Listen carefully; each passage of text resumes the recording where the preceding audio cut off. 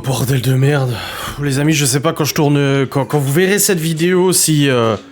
cette journée de merde sera terminée ou sera mieux passée qu'elle a commencé. On est actuellement le 4 février. Je sais pas quand est-ce que vous verrez cette vidéo. Peut-être le 17 ou le 18 février, je sais plus. Mais mais bon, il faut quand même tourner cette facecam, les amis. J'espère que vous allez bien. On se retrouve pour une nouvelle facecam. Cette facecam va parler des travaux. Vous savez, on vous le dit. Maintenant, je fais un petit point de situation. On a fait plein de travaux depuis qu'on a acheté la maison. Enfin, on a fait faire des travaux. Bon, on a payé, tu vois.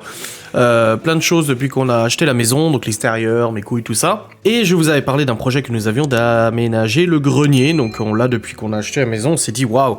Déjà qu'on avait visité en tant que locataire, on s'était dit waouh, il y a du potentiel dans ce grenier et tout ça. Et pour le coup, on avait ce projet d'aménager des chambres dans le grenier et tout ça.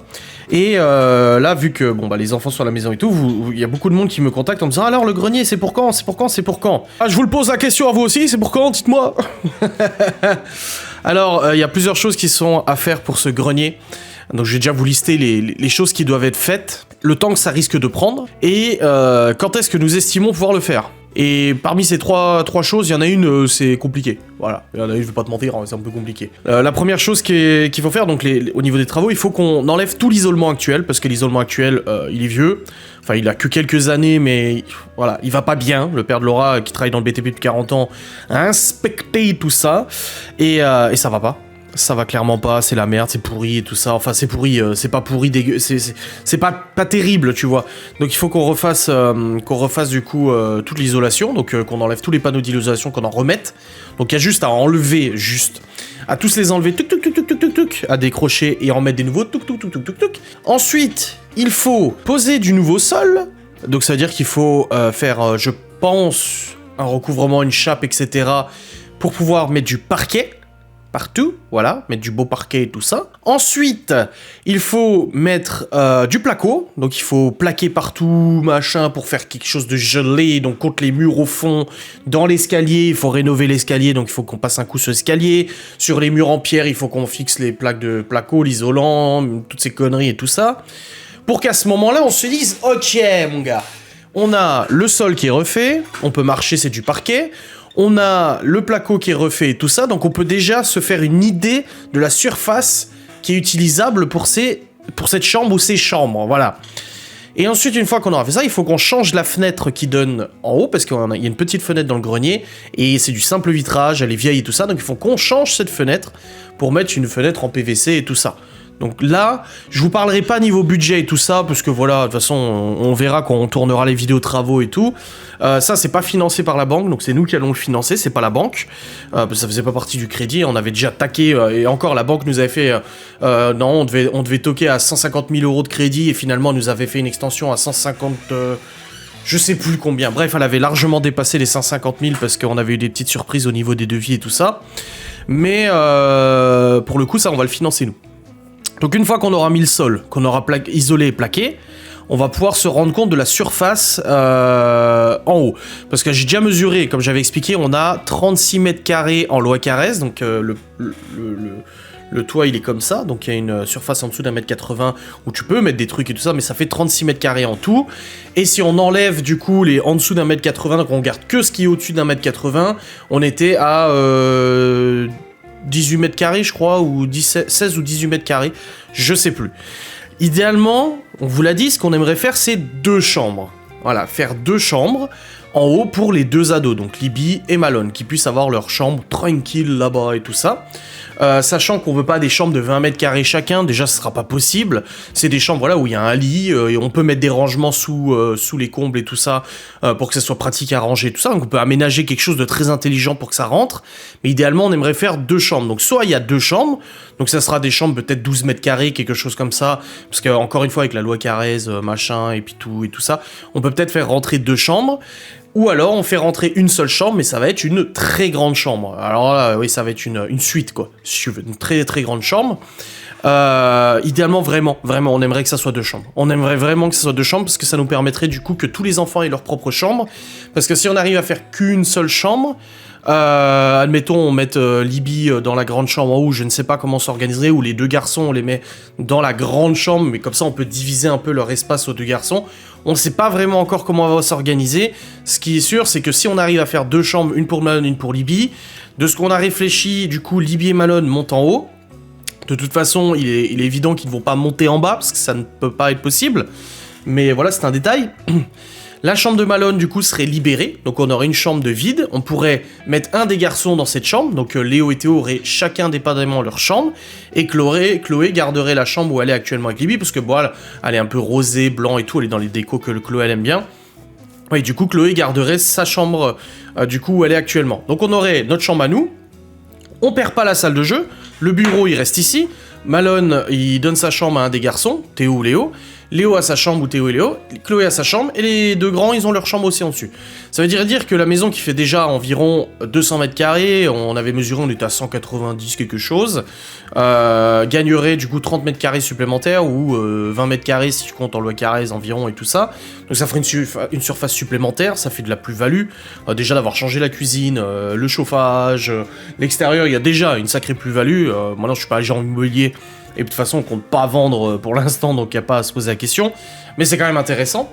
Et du coup, une fois qu'on aura fait, je reviens, une fois qu'on aura fait du coup le plaquage, l'isolation, plaquage et sol, on va pouvoir se rendre compte de la superficie. Et là, on va pouvoir monter des rails pour mettre des cloisons et cloisonner pour faire 2 chambres, idéalement. Deuxième chose, je sais plus où j'en suis, hein, je suis un peu perdu. Deuxième chose, je sais plus ce que je disais. Quand est-ce que c'est réalisable et tout ça? Alors déjà le premier truc à faire, donc le père de Laura il est OP à fond. Geoffrey est prêt à nous aider, Stevie aussi qui touche un peu le bâtiment et tout, qui a l'occasion d'avoir un petit peu d'expérience, il est prêt à nous aider aussi, il a pas arrêté de me le dire. Si t'as besoin d'aide, je peux venir vous aider pour plaquer, machin, faire les bancs joints, machin et tout. Donc on a de la main d'œuvre, on a de quoi faire rapidement. Malone aussi peut aider, les enfants, enfin vraiment c'est un truc familial, on va pouvoir tous le faire ensemble. Donc là le problème c'est qu'il faut débarrasser le grenier. Là, tout de suite, il faut qu'on fasse en sorte de débarrasser le grenier. Donc moi, je réfléchissais à une possibilité de garder une partie du grenier qui n'est pas forcément utilisable dans la mesure où ça sera plaqué, pour faire peut-être une trappe ou une petite porte, ou je ne sais pas, tu vois, j'imagine en haut que il y aura un petit palier pour accéder aux 2 chambres, qu'on puisse avoir une petite porte comme ça qui donne accès à un sous le toit en rampant limite, mais pouvoir stocker encore des trucs. Le truc c'est que le grenier il est absolument rempli. Il y a des étagères, il y a des fringues, il y a des sacs partout. Donc il faut déjà en premier lieu qu'on puisse trier le grenier. Donc jeter ce qui n'a plus lieu d'être, parce qu'il y a des trucs qu'il faut jeter. Trier les fringues à donner, parce qu'il y a des fringues qui étaient de l'année dernière, mais on les a pas triées, on les a tous mis au grenier, donc faut les trier. Je suis sûr que déjà on peut débarrasser au moins 30% du grenier en trucs qui ne servent à rien et qui n'ont pas lieu d'être. Ensuite, il faudrait qu'on prenne les étagères qu'il y a dans le grenier et qu'on les amène dans le garage. On aura sans problème la place dans le garage encore pour garer la bagnole, même en mettant des étagères. C'est pas un souci du tout. Et on peut stocker dans la mezzanine du garage des affaires qu'il y a dans le grenier. Et parti comme ça, je pense qu'on peut réussir les 3/4 à vider le grenier. Mais il restera quand même un tout petit peu de bordel dans le grenier. Et ça, je ne sais pas où on peut le mettre. Ça, vraiment, je ne sais pas du tout comment s'organiser. C'est un peu compliqué et c'est vrai qu'on manque de temps parce que là, à mon avis, pour débarrasser le grenier, on en a facilement pour une journée complète. Donc j'avais pensé à faire ça la semaine prochaine. La semaine prochaine, c'est les vacances scolaires. En plus de ça, j'ai pris suffisamment d'avance sur mes facecam pour être tranquille pendant toutes les vacances quasiment. Et je me suis dit, bon, je vais essayer de faire ça la semaine prochaine, de prendre une journée complète et de trier, débarrasser, ranger, amener dans le garage des trucs et tout ça, parce qu'il y a plein de trucs à amener dans le garage.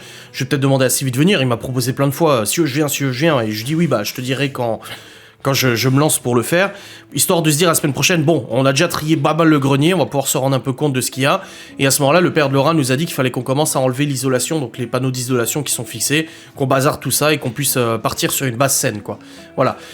Donc c'est ce qui me fait un peu peur, voilà, c'est le temps nécessaire. Après, au niveau du temps de réalisation des travaux, je pense qu'en l'espace de... Je suis pas spécialiste du BTP, mais voilà, de ce qu'on m'a dit, je me suis renseigné, je pense que en un mois, ça peut être bouclé. Il y a quand même de l'électricité. Alors, il y a déjà de l'électricité en haut.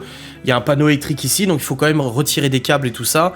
Ça, mon père, il peut le faire. Il s'y connaît et tout, il n'y a pas de problème. Mais à mon avis, avant l'été, c'est largement faisable. Avant l'été, je pense qu'on peut avoir terminé ces 2 chambres.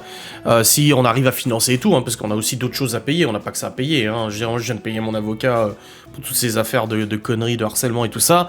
Donc ça fait quand même des frais, hein, je vais pas te mentir. Hein. Mais je pense que c'est faisable avant l'été, idéalement. Peut-être plutôt avant le printemps. C'est un peu compliqué le printemps sur le mois de mars, non, je pense pas. Mais avant l'été, j'aimerais que ça soit terminé et qu'on puisse avoir ces 2 chambres. C'est cool parce que d'un côté, ça permettra aux deux grands d'être un peu plus isolés dans leur chambre. Alors c'est pas le but, c'est pas qu'ils restent dans leur chambre à longueur de journée, mais ils auraient un peu plus de tranquillité, j'ai envie de dire, parce qu'ici en fait on a un couloir avec toutes les chambres qui donnent sur toutes les chambres. Donc forcément quand les pios ils jouent dans leur chambre, ils vont à la salle de jeu, bah ça circule et tout ça. Là ils auraient un coin un peu plus tranquille. Moi je sais que j'avais un pote quand j'étais gamin, ses parents lui avaient aménagé toutes les combles. Il avait une grande chambre dans les combles et tout, et il était trop content quoi. C'est vrai qu'il était vraiment tranquille, pépère et tout. D'un autre côté, ça permettrait de séparer Libby et Chloé qui ont quand même... De toute façon, dans tous les cas, Libby et Chloé, il faut qu'elles soient séparées. Voilà, ils ont un âge qui est quand même vachement différent. Libby a envie d'avoir sa chambre à elle, ce que je comprends parfaitement. Voilà, c'est normal. Et du coup, ça, c'est une nécessité. Malone a déjà sa chambre, donc ça va. Et les deux garçons, pour l'instant, ils en expriment pas forcément l'envie d'avoir leur propre chambre. Mais si on peut leur offrir ça, on serait content quand même de pouvoir le faire, tu vois. Parce qu'au pire, on pourrait arrêter la salle de jeu et faire une chambre. Mais le souci, c'est que la salle de jeu, ils s'en servent énormément. Donc on n'a pas envie de supprimer cet espace. C'est vrai qu'on a beau avoir une grande maison, et c'est ce que les gens ils disent quand ils viennent dans la maison alors qu'ils la voyaient qu'en vidéo. Des amis de Laura qui voyaient la maison qu'en vidéo et tout, et qui se rendent compte comment elle est réellement. Les gens ils nous disent putain en fait elle est vachement grande. Oui mais on s'en rend pas compte en vidéo qu'il y a de la superficie. Mais c'est vrai que c'est quand même plutôt grand et on aimerait avoir un petit peu plus de place pour vraiment caser tous les enfants et qu'on soit 7 à avoir chacun notre chambre. Ça serait cool. Voilà. Bon écoutez, voici le point de situation pour les travaux. J'espère que ça vous a un peu aiguillé, répondu un petit peu à votre curiosité. Je vous fais des bisous, je vous dis à très vite. Salut.